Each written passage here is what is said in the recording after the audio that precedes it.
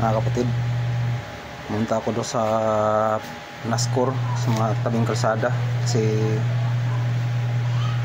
nalagnat naman yung anak ko. Uso pa naman ngayon dengue. Kasi dito sa amin, kapitbahay ko dalawa, yung tumboy at saka yung anak nung tinda ng prutas, positive dengue. Matagal sila doon sa doktor, pabalik-balik. Ang isa nga na-confine, anak nung magpuprutas, laki na ng ginastos, hindi pa rin gumagaling-galing sa lagnat. Hindi na lumabas lang sila, pero pinapapirma sila ng waiver na sila ay lalabas at wala nang pananagutan yung ospital. Pati yung tumboy. Pero nirekomenda nila po itong tawa-tawa.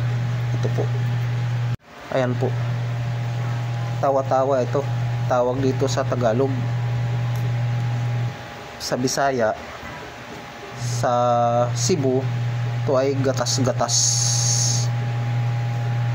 Ito rin ang ginamot namin nung panahon ng pandemic, kasi ilang bisis na kaming nilagnat, ubo, sipon nung pandemic.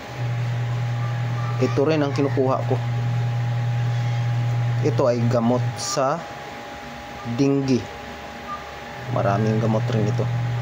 Ito ang nirekomenda ng nurse, ng doktor, na uminom sila at sabayan ng itlog ng pugo.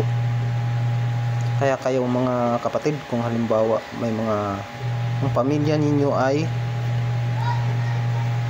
nagkakaroon ng mga lagnat, mataas na lagnat, pabalik-balik ang lagnat, kumuha kayo ng ganito, maghanap kayo ng ganito, tawa-tawa. Number 1 gamot po ito. Gamot sa dengue.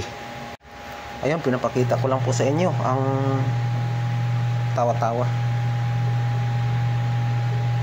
para kung sino man yung hindi alam kung ano yung tawa-tawa, anong itsura. Ito, itsura ng tawa-tawa. Sa Bisaya, gatas-gatas. Ito, pwede po ninyong, ngayon may mga binta ng ganito eh. Pwede rin kayo magtanim, pero nabuhay po ito sa buhanginan. Marami po ito sa tabing kalsada lang. Ito, tabing kalsada ko lang ito kinukuha. Kaya huwag kayong matakot sa dengue, dahil ito ang kasagutan. Ganito lang po yan mga kapatid. Hugasan nyo lang po ng maigi at pakuluan. Hinugasan ko po ng gusto yan. Papakuluan ko lang po. Ang tubig niyan, yun ang iniinom.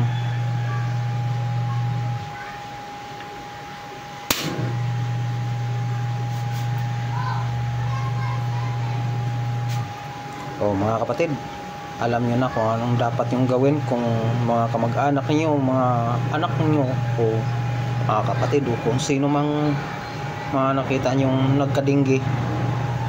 Ganyan lang, yun lang ang gamot.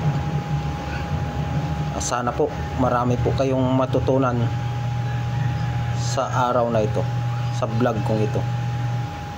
Hanggang dito lang po. Bye bye.